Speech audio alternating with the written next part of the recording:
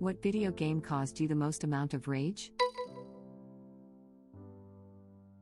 Probably one of the early NES Castlevania games. I'm not sure which one, but it was one of those long platforms jumps, one of the few times in my life I have thrown a controller. I've heard those early Castlevania games are nicknamed controller busters or something like that. Runner-up, Jet Bike level of Battletoads. Simon's Quest, the second one, is generally regarded as the black sheep, kind of like how Zelda 2 was. Because it's based around exploration and the secrets are really obscure, like waiting for the tornado. Unlike in other games like that, the townsfolk are worthless and half the crap they tell you is so poorly translated it basically means something completely different. Someone actually made a fan patch for Simon's Quest which fixes a bunch of things, like changing the townsfolk dialogue so that it's actually meaningful and not poorly translated, adding an in-game map, and some other changes. The game becomes much more playable and less bullcrap. Why? For anyone interested, is a link to the IPS file, meaning you have to patch the game yourself. Web link. I never hated a game, myself, or the people around me more than the one time I played Overcooked. My entire family played Overcooked one time and we were advancing really quickly. We were on this Arctic map I think and I accidentally pushed my mom into a pool of water while she was delivering the last meal we needed to win the level. We failed. I never thought a rocking pirate ship could cause so much anxiety and hate. I had to ban my wife from playing it, with our, then, 8 and 10-year-olds. Man. Expecting a 10-year-old not to make a game out of just punching the rat and expecting an 8-year-old to not have the prioritization skills to get overloaded and occasionally stand in the way. You would have thought someone colored on the walls and tie-dyed the dogs. Yeah. We haven't played it in a long time. Not even out of quarantine desperation. Play this with my coworkers after we closed down the bar. I had nightmares of them screaming, "Where's the effing meat? I need more meat." Some PC baseball game I bought at the Scholastic Book Fair in the 90s. It booted out of DOS. I must have just been too young or accidentally set the difficulty too high, but I literally couldn't get a hit. I ended up crying and throwing the game away. Edit. I tried finding it, I think it was Hardball 4. At least you got that toxicity out of your life. You all better not be talking crap on Backyard Baseball. Man, I loved working on that game. I still have my custom Pablo bat the studio gave to employees, the other Backyard Sports series, and the Junior Adventure games too. Humongous Entertainment was a great place to work at the time. Edit. Added bat pick link by request. Not included is other he/cavedog good swag like the Pajama Sam lunchbox, Total Annihilation box, and other stuff in the attic. Web link. Damn, childhood hero here. Any chance of doing an AMA? Brother, what? You worked on the game that started my love for video games? My dad came home from the library one day with a rented copy of that CD-ROM and we played it together for hours. Then he bought me Backyard Baseball, basketball, and soccer for Christmas, or birthday, I don't know, it was so long ago, and we played all those games together. I believe I still have the discs around here somewhere. Holy crap, that's amazing. Not the game in question, but similar, Winnie the Pooh's Home Run Derby. You got to have crazy reactions and the patience of a saint to even get to Christopher Robin, let alone beat the effer. Goddamn flash game that'll make you break your monitor. Guitar Hero 2 expert playthrough, just the song Freya. My pre-teenage hands were just too small to be able to consistently hold the green button and have to stretch to the orange. On the plus side, I did feel like a rock star smashing the guitar. That song is the most cramp-inducing song ever. Effin' jam, though. The Sword is a kick-ass band. Sonic 3. The Carnival Night Barrel. The maddening thing about it is that it's so easy to get past. Once you know the bullcrap method of doing it. See, you've just got to understand that Sonic can generate more vertical force by looking up and down than he can by actually jumping on something. Apparently. It's the sort of trap that simply wouldn't work today. Everyone would just Google it. Still, at least the game had a save feature. The big problem with the barrel is that they actually appear throughout the level and they respond to your jumping. As such, In many places, you can get under them by jumping on them to get them to go up and down successfully, so when you finally get to that barrel at the end of the level, the game has trained you to jump repeatedly, and it's not expected that pressing up or down should work. All that does is scroll the screen. There are no gameplay reasons to press up beyond looking around, and you'd only ever press down to spin dash. Echo the Dolphin. I consider it one of my favorite games, but the difficulty curve is super wonky. The Lagoon was the third level and by far one of the most difficult ones in the entire game. I owned this game for years and never got off the first screen. I thought the whole game was just swimming around in that little cove. I was a stupid kid. Dude, effing same. I swam around and around trying to find something, anything. I thought it was just broken. This is the first I'm hearing that it's an actual game and not a dolphin swimming simulator. Dude. I went down this rabbit hole after I found that out too. You go to effing outer space and fight aliens. And I never got out of the first cove. Wait, what? Never left the cove. Gang rise up. Emulators to the rescue. Man, my grandparents had this little console as a kid with some games on, and every time I went to their place I would swim in the cove for hours on end. I had no idea you could progress past the cove. I really want to find it again next time I go there. You just jump as high as you can in the air for your information. I could never get past the stupid octopus right at the beginning. Swim slowly past 8 arms. Worst thing is the octopus appears again in the lagoon. The thing that F's you is that after you pass him and go to the left and get effed up by pufferfish so you can bump the dumbass crystal, you have go back down and to your left to get air or you'll effing die, so you're on a severe time crunch when you have to inch past him. That was my first real experience with insanely tough but rewarding gameplay. Or at least I found it rewarding. But the octopus and those levels when you had to maneuver the spiky things to break blocks using your sonar were a beast. And then the moving labyrinth in the last level. XCOM. Critical tactical situation, life and death, 99%, chance to hit. Swing and a miss. I love the game and effing hate it.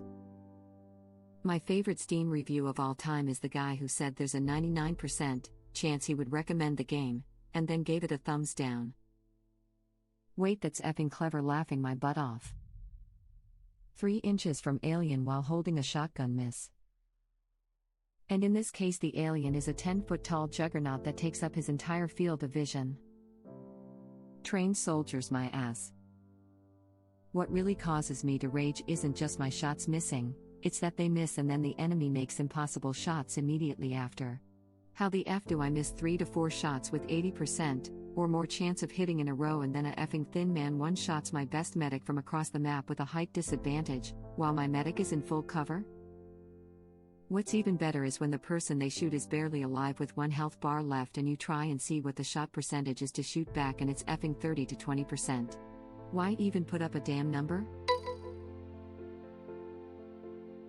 Aladdin, where you got to go through the lava cave on the rug. And Lion King.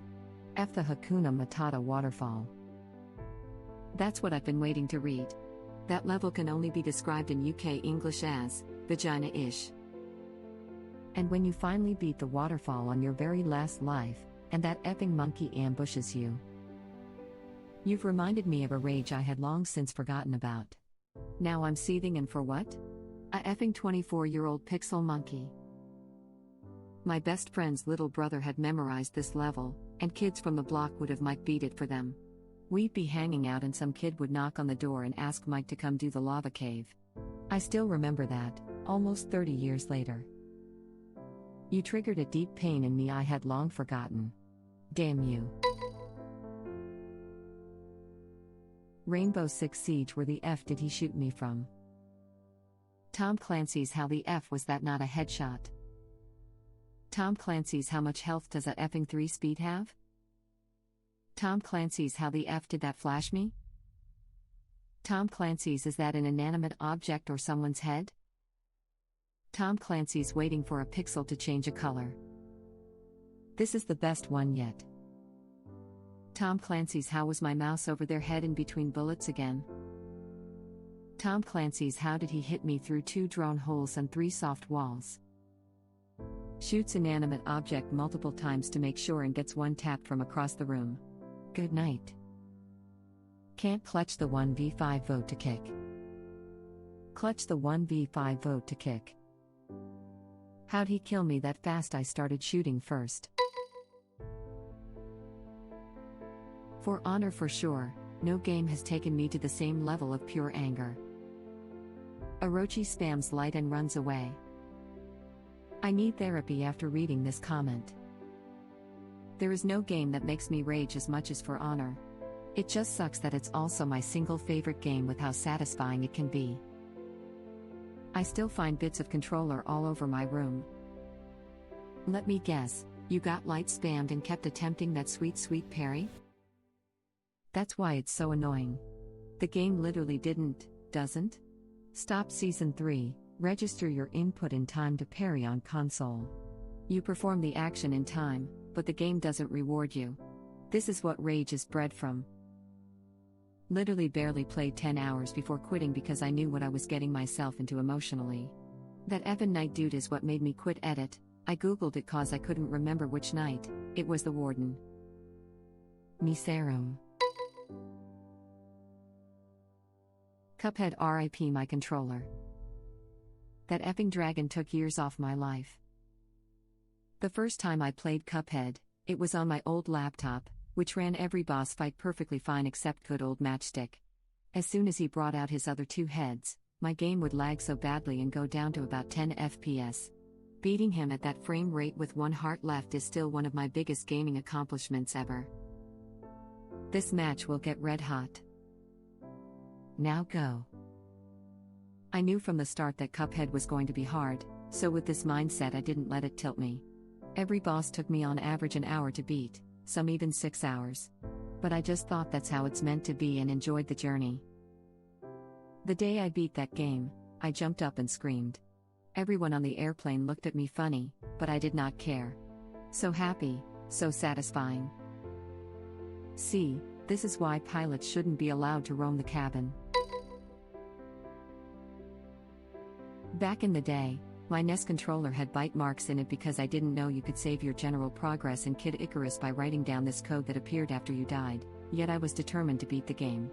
I would spend hours making it to the end, only to die and be reset to the beginning of the game. This caused my 12-year-old brain to become flooded with the rage of a zombie horde, and so I would sink my teeth deep into the flesh of the controller until the darkens would subside. Edit. Holy crap, guess I wasn't the only one. Edit. Thanks for the awards guys, next time send cash.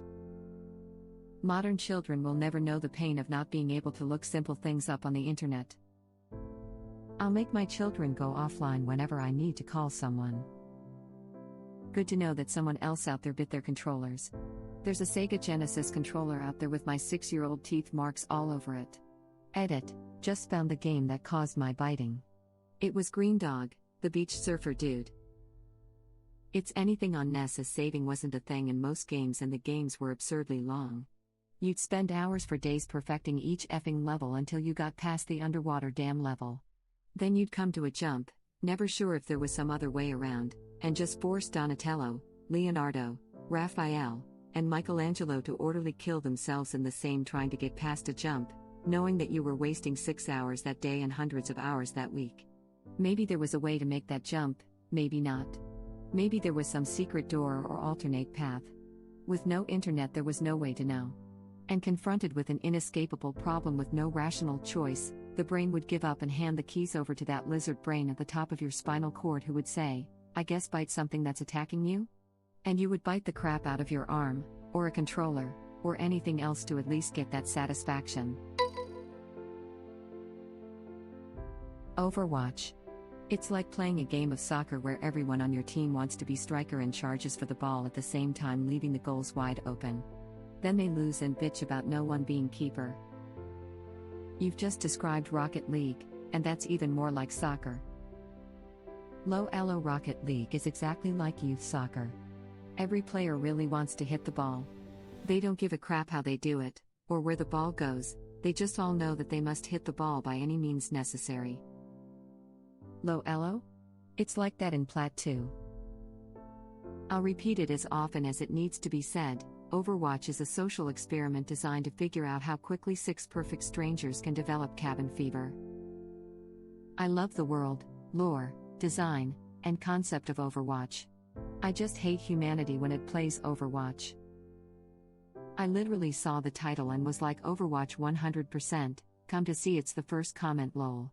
Love this game, but it is so frustrating at times. Thank you for watching. If you like our videos, please like them on YouTube. And share them with your friends. Please subscribe to be the first to know about Red Rabbit Reader's new videos. We welcome your comments below. Another of our videos will begin shortly.